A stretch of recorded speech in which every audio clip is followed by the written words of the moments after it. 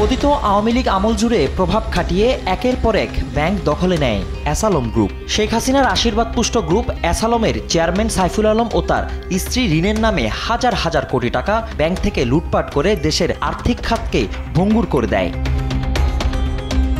এবার অ্যাসালমের চেয়ারম্যান সাইফুল আলম ও তার স্ত্রী ফারজানা পারভিনের বিরুদ্ধে 1550 কোটি টাকার অবৈধ সম্পদের প্রমাণ পেয়েছে দুদক। মামলার এজাহারে বলা হয়, সাইফুল আলম ও তার স্ত্রীর বিরুদ্ধে Singapore, Cyprus, British Virginia island সহ বিভিন্ন দেশে স্থাবর ও অস্থাবর সম্পদের তথ্য পাওয়া গেছে।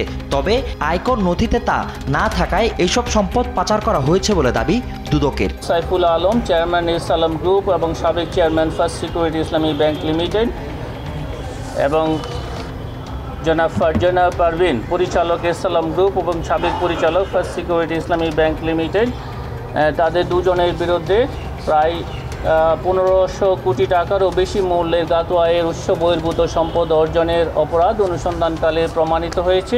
এই কারণে তাদের দুজনের বিরুদ্ধে পৃথক দুটি মামলা রুজুর সিদ্ধান্ত গৃহীত হয়েছে।